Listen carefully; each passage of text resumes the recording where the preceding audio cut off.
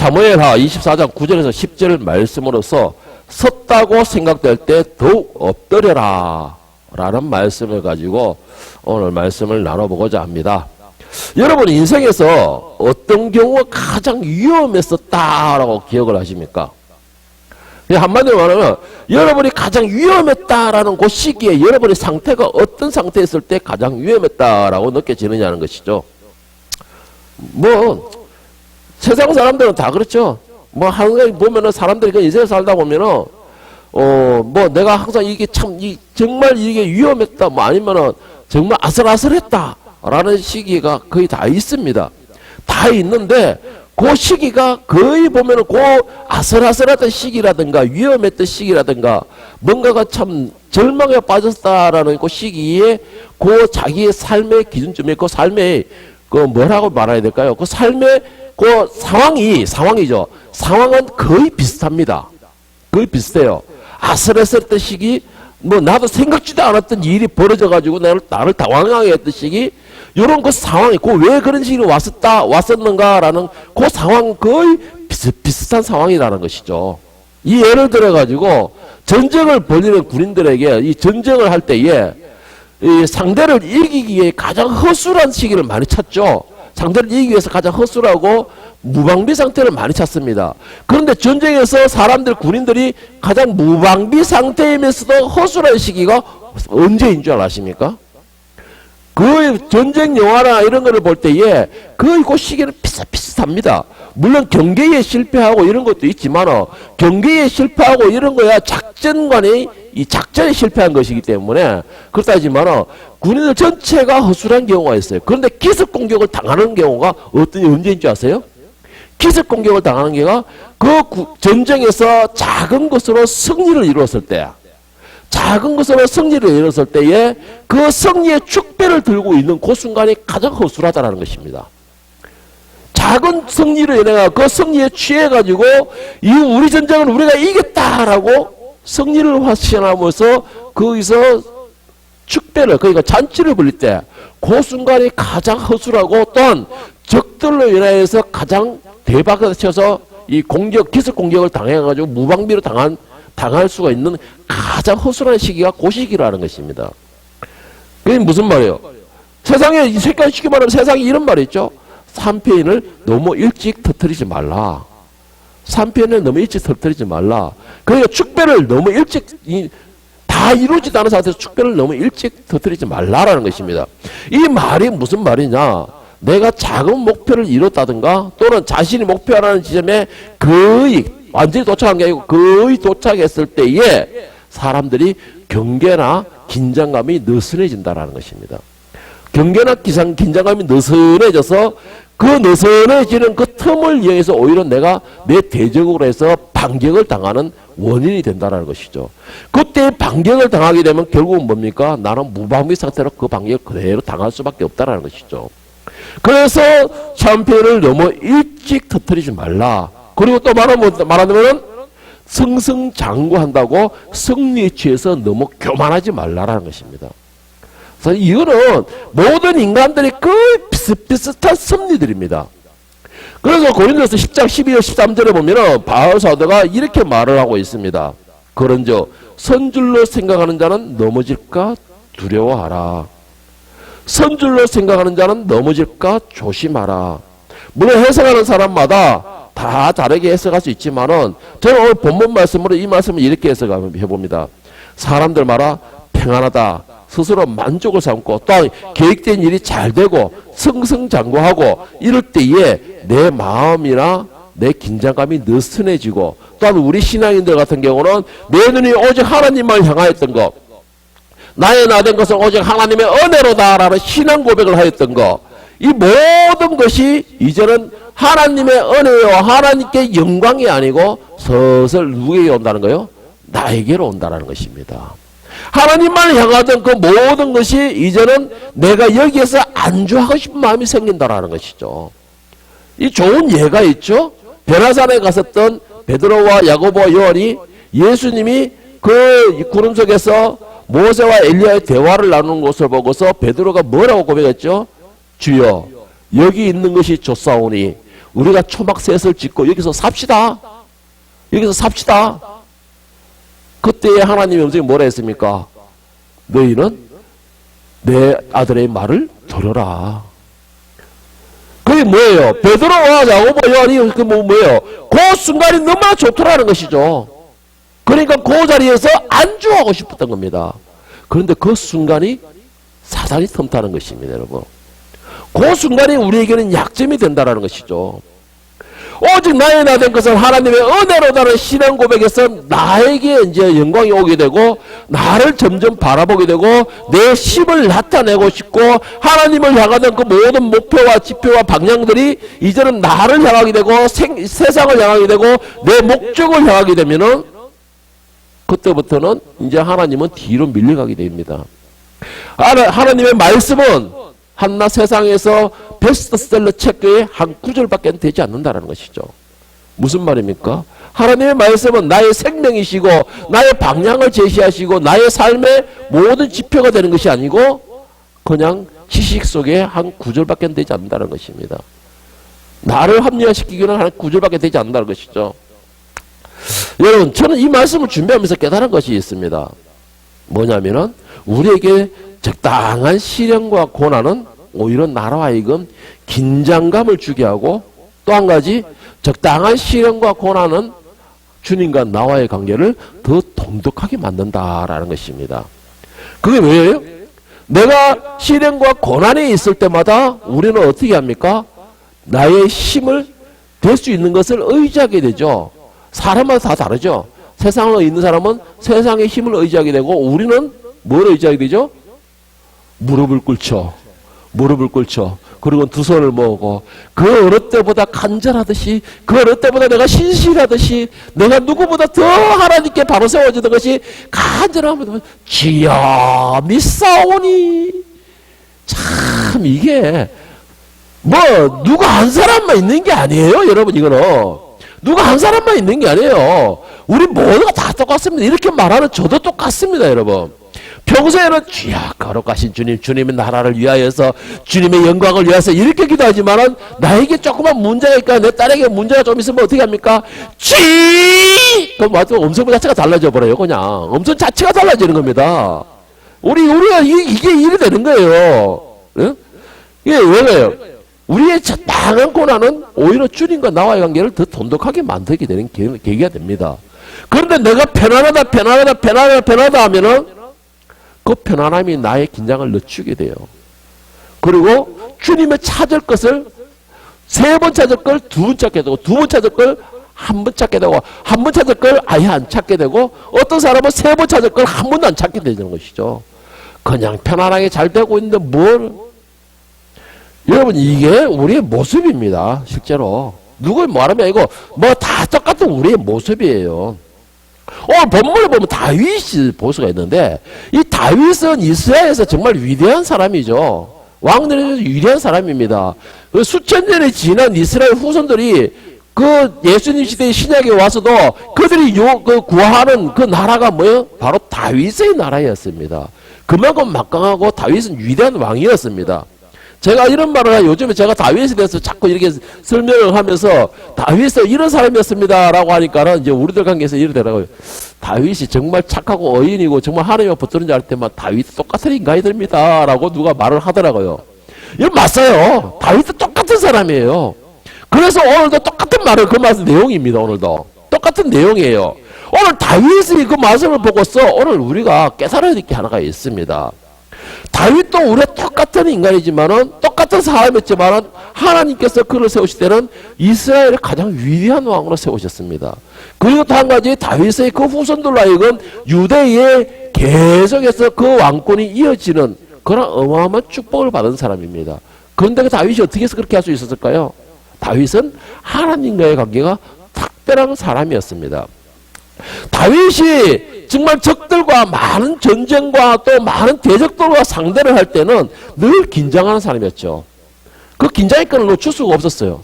왜? 긴장의 끈을 잠시만 놓치게 되면은 언제 적의 칼이 내 목을 위협할지를 모르는 상황이 항상 다윗의 삶이었습니다. 자, 그런 다윗이 이제는 조금 이제 나라가 강건해지고 또 영토가 넓어지고 또 주변의 나라들로 하여금 자신들이 그 명성과 자신이 그 힘에 의해서 스스로 종을 바치게 되고, 그리고 전쟁할 날이 뭐 100일이었으면 이제 50일로 줄어들게 되고, 또 더 중요한 게 뭐예요? 다윗이 이제 굳이 전쟁에 나가가지고 공격하라 하지 않아도 거기에는 정말 힘세고 위대한 장수들이 너무나 많았다라는 것이 다윗 주변에는. 그러니까 다윗이 이제는 전쟁에 나갈 필요가 없고 되고, 그리고는 그렇게 위협적인 상황을 또 경험할 일이 없었다라는 것입니다. 다윗의 주변에는 항상 든든한 정말 능력 있는 그 장수들이 자기를 보디가드를 다 해주죠. 그 다윗은 불편함이 없었다는 것이죠. 과거에 전쟁을 치르고 늘 쫓겨다니고 숨어다니고 할 때는 하다못해 다윗의 삶은 숨소리조차도 하나님께 물어볼 정도의 하나님과의 관계가 각별한 사이였습니다. 다윗은 늘 하나님께 물 마시는 것조차도 하나님께 기도할 정도의 하나님과 관계를 특별한 사이였다라는 것이죠. 그런데 이제 말한 것처럼 다윗이 이제 평안을 찾고 이제는 거의 명성이 높아지고 주변에 위협적인 존재가 되다 보니까 다윗이 숨소리조차도 하나님께 물어보던 그 시간이 점점 줄어들기 시작하는 겁니다. 점점 줄어들기 시작하고 이제는 그 왕국 위에 올라가서 그 성 위에서 자기 나라를 바라보는 것이 낙이 되어버린 것입니다. 그러다 보니까 결국은 어떤 죄를 범하게 되죠? 보지 말아야 남의 여자를 쳐다보게 된 겁니다. 거기서. 왜? 자기가 이제 할 일 없이 평안해서 이제 성 위에서 자기의 왕국을 누리면서 자기의 영광을 자기가 만족하면서 스스로 만족을 하고 있으니까 보지 말아야 보이게 된 거예요. 그전에는 그가 정말 온 사방을 돌아면서 자기가 장수 역할을 할 때는 수많은 여인이 있었지만은 그는 함부로 탐하지 않았었어요. 함부로 하지 않았다는 것이죠. 그런 거가 이제는 평안을 찾다 보니까 이제는 왕위를 넣으니까 보지 말아야 될 것이 보이기 시작한 겁니다. 뭐예요? 긴장이 느슨해진 것이죠. 하나님의 말씀에 대한 두려움이 이제 느슨해진 겁니다. 하나님께서 나와 함께 하시고 있다는 그 생활 속의 하나님을 이제는 슬슬 잊어버리기 시작하는 것입니다. 여러분, 이게 다윗만 그럴까요? 다윗만 그럴까요? 여기 받을 표정을 보니까 나는 안 그래. 나는 끝까지 하나님을 붙들고 있어. 나는 끝까지 하나님 말씀만 가지고 있어. 저건 내하고는 상관없는 일이야. 그래서 그런가 오늘 왜 피곤하고 이런 표정들을 다 하고 있는데, 여러분, 그런 표정하는 여러분이나 나나 똑같습니다. 그런 표정을 짓고 있는 여러분이나 다윗과 똑같다라는 것이죠. 똑같습니다. 지금은 여러분들이 긴장의 끈을 꽉 쪼고서 여러분의 삶 자체가 전쟁이다 보니까는 늘 긴장하면서 대적과 싸워 이겨야 된다는 생각에 여러분은 그렇게 이런 지금 이 다윗과 같은 상황이 없는 것이지, 여러분들도 조금만 평안해지고 아이고 우리 선생님, 아이고 우리 선생님, 아이고 우리 선생님 최고 선생님 사랑해요. 여러분 그래 보세요. 그래 내가 잘나서 그런 거야. 그래 내가 너를 잘 가르쳤기 때문에 그런 거야. 안 빠져들겠습니까? 빠져들죠. 당연히 빠져들죠. 그때 긴장이 늦춰지는 겁니다. 여러분, 그때 긴장이 늦춰지는 거예요. 그때는 아이고 우리 선생님 그러면은 누가 어깨가 쏙 올라가죠? 예수님이 억서 올라가면 얼마나 좋겠어. 정말 얼마나 좋겠어요. 예수님이 억서 올라가면은. 근데 내 어깨가 왜 올라갑니까 거기서? 나도 모르게 내 어깨가 자꾸 올라가게. 나도 모르게 내가 이 웃음이 싹 이렇게 벌어져. 나도 모르게 눈꼬리가 싹 올라가. 왜 그럴까요? 내 대적이 없으므로 긴장감이 늦춰졌고, 그 긴장감이 없으니까 이 하나님이 나를 붙드시고 계신다는 이 체험이 되지 않는 것이죠. 오늘 다윗이 똑같았습니다. 여러분, 다윗이 이런 교만을 부르면서 부림으로 인해서 그 결과가 어떤 결과가 나온지 아십니까? 오늘 본문 말씀 17절 말씀을 한번 보세요. 사무엘하 24장 15절 말씀을 한번 보겠습니다. 24장 15절 보면은 다윗이 잠시 그 긴장의 끈을 낮추고 교만한 대가를, 엄청난 대가를 치르게 됩니다. 이에 여호와께서 그 아침부터 정하신 때까지 전염병을 이스라엘에게 내리시니 단에서부터 브엘세바까지 백성의 죽은 자가 7만 명이더라. 단에서부터 브엘세바까지라는 것은 이 이스라엘 전체를 말하고 있습니다. 우리나라로 따져보면은 저 서울부터 시작해서 서울이 아니고 저 파주부터 시작해서 저 최남단 마라도까지 전체를 다 말하고 있다는 것이죠. 거기에 뭐가 생겼다라는 것이요. 질병이, 전염병이 생기기 시작했다는 거예요. 전염병이. 전염병이 생겼는데 몇 명이 죽었다는 겁니까? 7만 명이 죽었다라고 되어 있습니다. 당시에 7만 명이라는 것은 어마어마한 숫자입니다, 여러분. 어마어마한 숫자예요. 당시에 7만 명이라는 것은. 오늘 현대에도 10,000명만 뭐 전염병에 죽었다 하면 온 세계가 떠들어 잡히죠. 그런데 당시에 전염병으로 그것도 며칠 만에? 단 3일 만에. 단 3일 만에 7만 명이 죽었다라는 것입니다. 이거 어마어마한 거예요.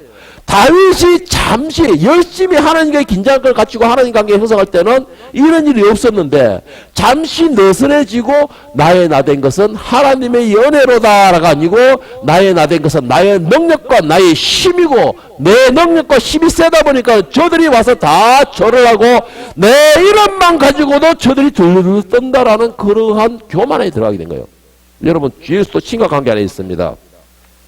다윗이 누구였죠? 이스라엘의 왕이죠.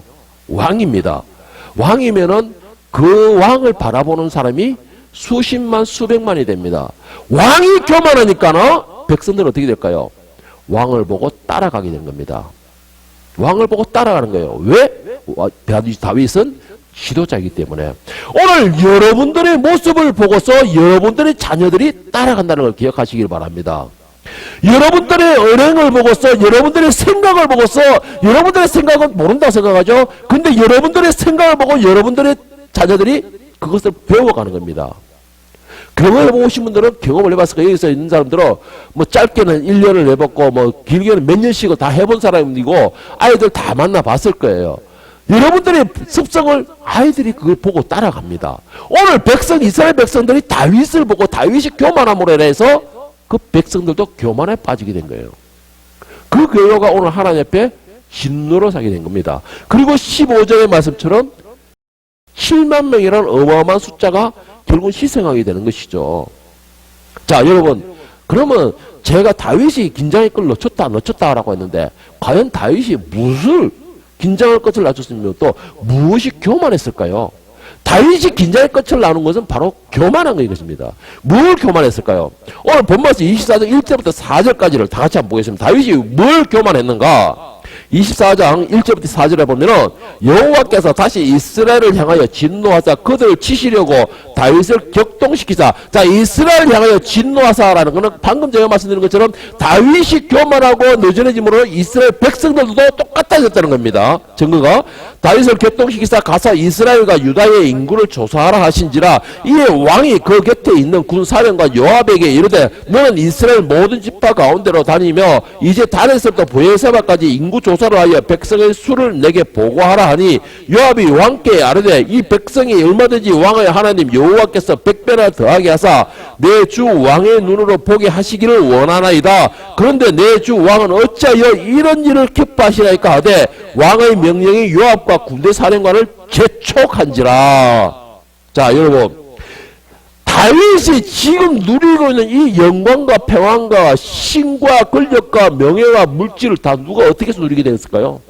어떻게 해서 누리게 됐습니까? 그거는 불과 얼마 전까지만 해도 광야에서 노숙을 하며 굴속에서 정말 습기 가운데서 진짜 칙칙하게 그렇게 살아가던 사람이었습니다. 그리고 그 생활 가운데서 다윗에게는 항상 사울이 수천을 이끌고서 그를 죽이겠다고 뒤쫓고 있는 사람이었어요. 그런 상황에 있었던 사람이 얼마 전까지만 해도. 자, 그리고 그 대적들을 향해서 항상 이 긴장감 놓치다 보니까 다윗은 어떻게 했어요? 늘 하나님께 매달리는 그런 사람이었습니다. 그 하나님께 매달리다 보니 하나님께서는 늘 다윗을 붙들어 주셨고, 그래서 사울과 그 수천의 그 군사들이 뒤쫓으면서도 항상 하나님께서 그 방패가 되시고 방어가 되시고, 또 한 가지 뭐예요? 다윗의 어떤 전쟁을 치르더라도 승리를 할 수 있었던 것은 하나님께서 그의 지략가가 되어주셨던 것입니다.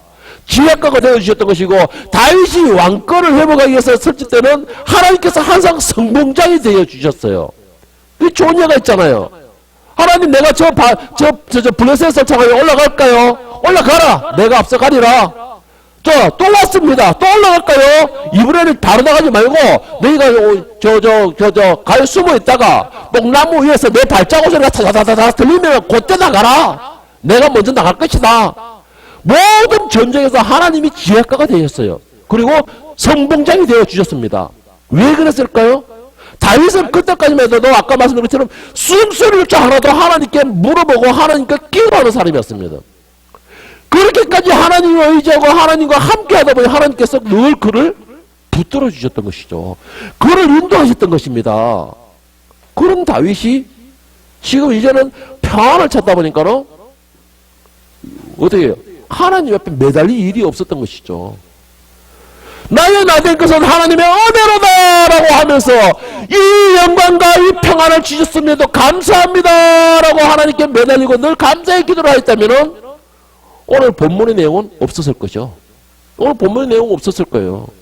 그런데 또 한 가지가 있어요. 여기서 다윗이 느슨해지면서 교만에만 빠진 것이 아닙니다. 오늘 본문 말씀 24장 9절 말씀을 다시 한번 보겠습니다. 9절 말씀에 보면은 요압이 백성의 수를 왕께 보고하니 곧 이스라엘에서 칼을 빼는 담대한 자가 80만 명이요. 그 뒤에 다 같이 함께 읽겠습니다. 시작. 유다 사람이 50만 명이었더라. 여러분 여기 좀 뭔가 이상하지 않습니까?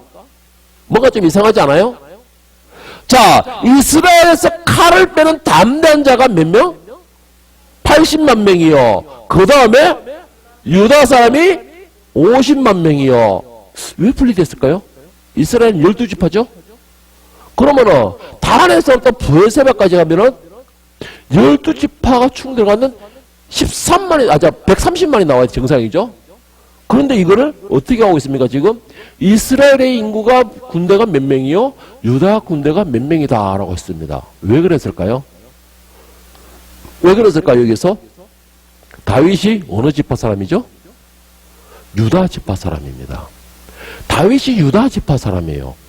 자, 이걸 보면서 뭐를 느끼십니까? 다윗이 혹시나 생각이 이런 거요. 유다는 내 형제다. 내 형제다. 절대 나를 버릴 수가 없다. 그 쉽게 말해서 요나단이 압살롬이 반역을 했을 때 다윗이 쫓겨났을 때 누가 쫓아갔죠? 유다만 그의 편이 되어줬습니다. 유다 족속만 그를 영접하고 그의 군사가 되어줬어요. 그의 다윗이 지금 뭐를 생각하냐? 혹시나 이들이 나를 벌지라도 유다에 내가 힘을 가져야 내 힘이 될 인원이 얼마나 될까? 뭐예요? 인간의 힘을 생각한 것이죠.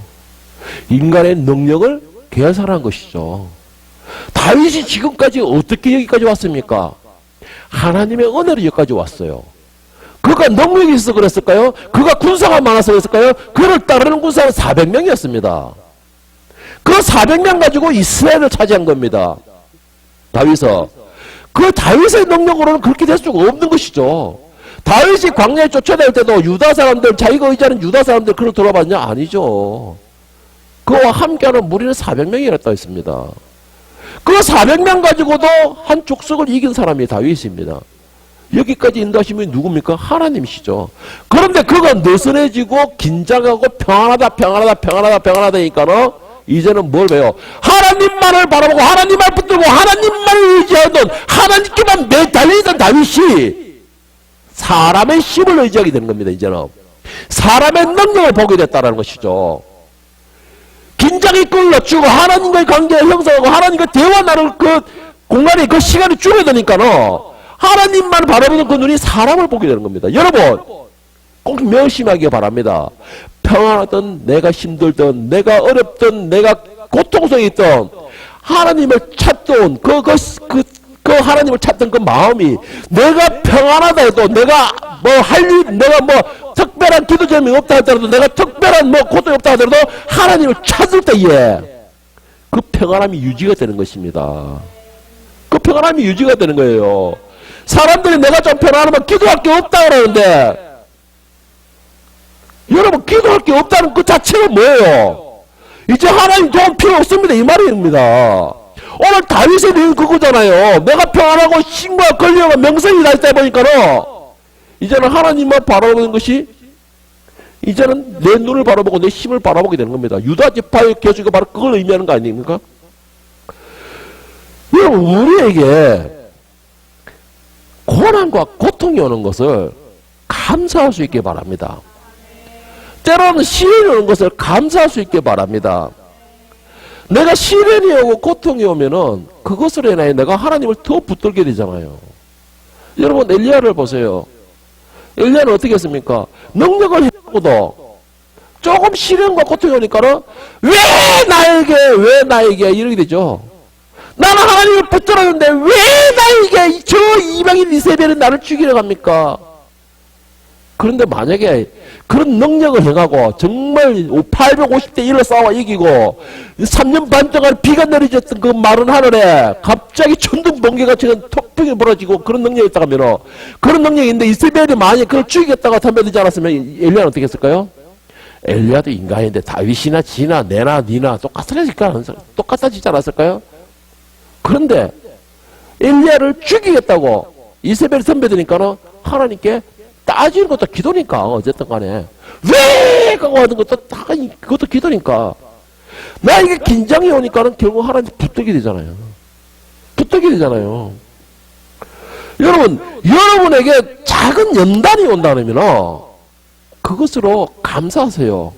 그 증거가 뭔지 아십니까? 아 하나님이 나를 잊지 않으셨구나.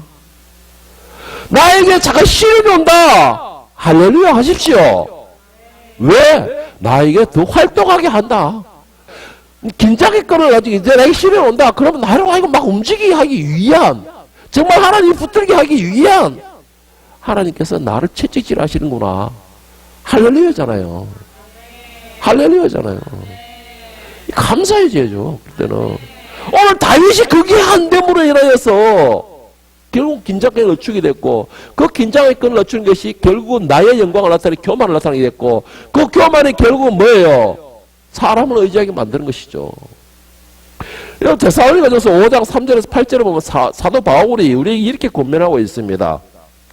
그들이 평안하다 안전하다 할 때에 그때에 임신한 여자에게 해산의 고통이 이룬과 같이 멸망이 갑자기 그들에게 이르니 결코 피하지 못하리라. 형제들아 너희는 어둠에 있지 아니하며 그날이 도둑같이 너희에게 임하지 못하리니 너희는 다 빛의 아들이요 낮의 아들이라. 우리가 밤이나 어둠에 속하지 아니하나니 그러므로 우리는 이들과 같이 자지 말고 오직 깨어 정신을 차릴지니라. 자는 자는 밤에 자고 취하는 자는 밤에 취하되 우리는 낮에 속하였으니 정신을 차리고 믿음과 사랑의 호신경을 붙이고 구원의 소망의 투구를 쓰자. 할렐루야. 여러분 평안하다 나는 이제 안전하다 나는 이제 모든 걸 이뤘다 할 때 그때 임신한 여자가 해산의 고통을 겪던 것 같이 그때 사단은 우리에게 이 기습 공격을 한다라는 것입니다. 그러니까 여기서 말하는 게 뭐예요? 우리는 어둠에 속하지 않고 낮에 속하였나니 그 말이 무슨 말입니까? 어둠에는 뭐가 보이죠? 뭐가 보입니까? 아무것도 안 보여.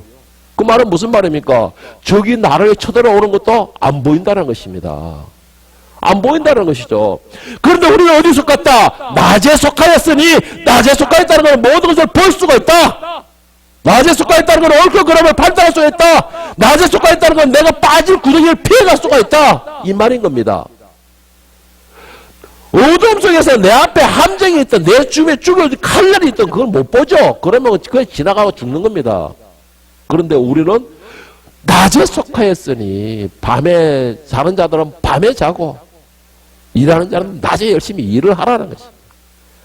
그 여러분들은 어디에 속해 있습니까? 여러분들 우리 모두 다 낮에 속한 자녀들이기를 축복합니다. 낮에 속한 자들이 깨어있는 것입니다. 낮에 속한 자들이 오늘 다윗과 같이 어둠에 잠자리에 들려고 하는 그 순간에 모든 것이 보이지 않는 그 딱 높은 그 순간이 아니고 낮에 속한 사람들이 항상 움직일 수 있는 공간에 긴장의 끈을 가질 수 있는 것입니다. 왜? 나를 죽이려고 쳐들어오는 걸 보면서도 가만히 있을 놈이 없죠. 그런 거 없잖아요. 그런 사람. 나를 대적해가 나를 덤벼드는 거 내가 보고 있는데 그래 덤벼들어 날 죽여 이러고 가만히 있는 사람 있습니까? 하다못해 쥐가 고양이를 보더라도 고양이가 나를 잡아먹겠다고 하면 쥐가 그래 나 잡아먹어 난 힘이 없지 이러고 있어요? 어떻게 쓰던 도망가다가 나중에 코너에 몰리면 어떻게 합니까? 쥐도 덤벼들어요. 고양이한테 덤벼들어요. 진짜 덤벼듭니다. 왜? 보이니까. 그런데 장님은 보는 게 있어요? 장님 보는 게 없습니다. 그래서 예수님께서 뭘 했어요? 장님이 이끌면 갈 거는 구렁텅이밖에 없다 그랬잖아요.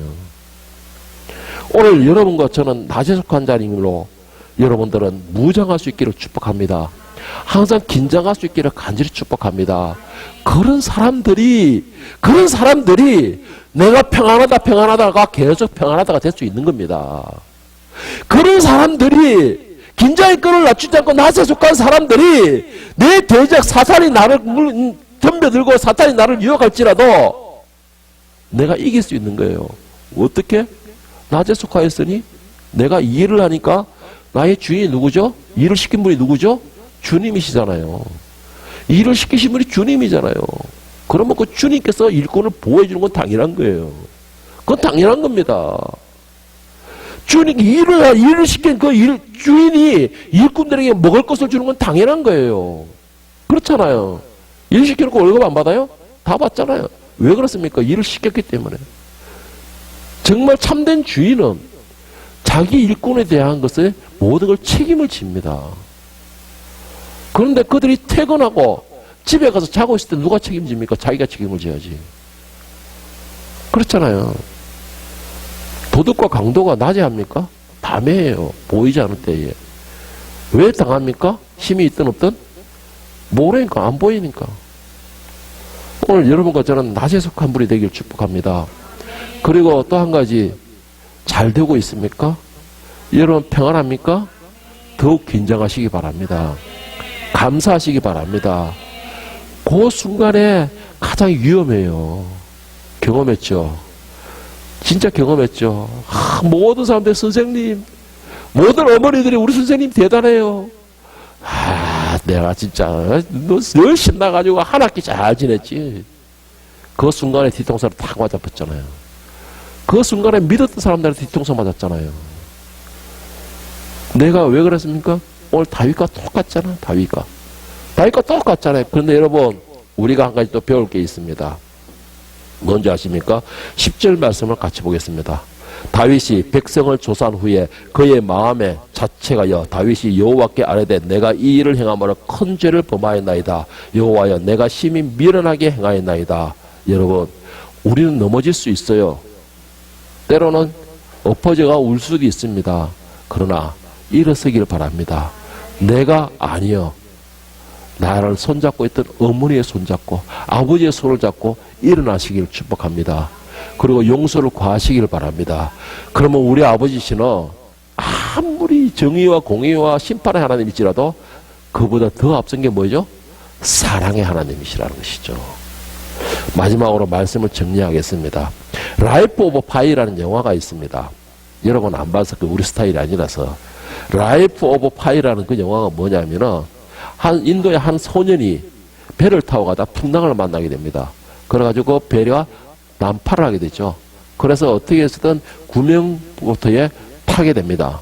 그 구명보트를 타는데 배가 난파하면서 물에 동물들도 몇 마리 떠가 있는 거 태우게 됩니다. 그리고 한참을 가다 보니까는 뭐가 덮여 있는 덮개 속에서 뭐가 움직이는 것이죠. 뭐냐니까는 바로 인도 벵갈 호랑이가 있더라는 것입니다. 벵갈 호랑이라고 하면은 정말 사납고 또 식인 호랑이입니다. 정말 사납고 식인 호랑이에요. 이 표류의 시간이 점점 길어지니까 호랑이가 동물들이 그 탔던 동물들을 잡아먹은 거예요. 잡아먹고는 마지막에 남은 것이 누가 남겠습니까? 이 소년과 호랑이 단 둘이 남은 겁니다. 결론이 어떻게 됐을까요? 호랑이도 살고 사람도 살았습니다. 자, 호랑이와 사람은 서로가 앙숙이죠. 서로가 잡아주는 거죠. 소년도 목마르고 배고픔은 똑같았고 호랑이도 목마르고 배고픔은 똑같았습니다. 그런데 둘이 결국은 어마어마한 그 한 달 기간은 살아남게 됩니다. 그리고는 섬에 도착해서는 호랑이도 소년도 서로를 마주보며 감사를 뵐까요? 아니면 애틋하다 할까요? 그런 눈빛을 주고받고는 각자의 길을 가게 됩니다. 어떻게 살아남았을까요? 어떻게? 만약에 호랑이 한 마리만 그 배에 탔던가 소년 한 사람만 배에 타고 있었다면 그들은 그 바다 가운데에서는 길어야 3일 4일입니다. 정말 많이 버텨봤자 일주일이에요. 그런데 그들은 그걸 한 달을 넘기를 버텼다는 것이죠. 어떻게? 서로가 서로를 긴장 대상이 된 것이죠. 왜? 내가 저 상대에게 죽지 않기 위해서 늘 긴장하고 있었던 겁니다. 호랑이가, 내가 한대목만 봤어요. 한대목만 봤는데, 호랑이가 소년을 잡으려고 요래 뛰면은 소년은 요리 도망가쁘고, 또 요래 뛰면은 저리 도망가쁘고, 작은 보트에서 그렇게 하고 있는 거예요. 그런데 여러분, 제가 이해한 게 뭔지 아세요? 호랑이가 소년을 못 잡아먹었을까, 거기서? 더군다나 벵갈 호랑이인데? 근데 그게 아니었다는 것이죠. 호랑이는 소년을 하여금 처지지 않게끔, 지치지 않게끔 늘 긴장감을 줬다는 것입니다. 그 긴장감이 그들의 생명을, 호랑이뿐만 아니라 둘 다 살아남게 만들었던 것이죠. 여러분, 긴장하시기 바랍니다. 악한 사단은 지금도 우는 사자처럼 산기철 찾아 두루다닌다 했습니다. 오늘 여러분들이 그 먹이의 대상이 되는 것이죠. 여러분, 호랑이가 내와 나와 함께 그 작은 보트에 타고 있다 치고 내가 긴장하지 않고 그의 먹이가 되지 않겠다는 생각을 하고 있다면 피할 수 있는 방법은 누가 주신다? 하나님이 주시는 겁니다. 그런데 잡아먹으라! 라고 들어놓고 있으면 금방이죠. 금방입니다. 어이구 감사떡 웬떡 그래 되는 거예요. 여러분, 잘 되고 있을 때, 편하다 할 때에 그때 긴장하시기 바랍니다. 삶에서 긴장의 순간이 없다면 나는 그 사람을 불쌍한 사람이라 생각이 됩니다. 삶에서 고난이 없다면 그 사람은 더 불쌍한 사람이라 생각이 됩니다. 왜요? 사단도 그를 대적으로 여기지 않기 때문에 이런 것이죠. 사단도 그를 대적으로 여기지 않는다는 거예요. 나에게 긴장의 순간이 있고 고난이 있다는 것은 사단이 나를 늘 야금야금 틈만 노리고 있다는 것이죠. 벵갈 호랑이가 소년을 노리듯이. 그거는 결국은 뭐예요? 사단이 나를 노린다는 건 나는 결국은 하나님의 자녀고 영원한 나라의 왕이다, 이런 증거가 되겠죠. 여러분은 긴장하시고, 그리고 사탄의 먹이가 되지 않기를 간절히 예수님의 이름으로 축원합니다. 기도하겠습니다.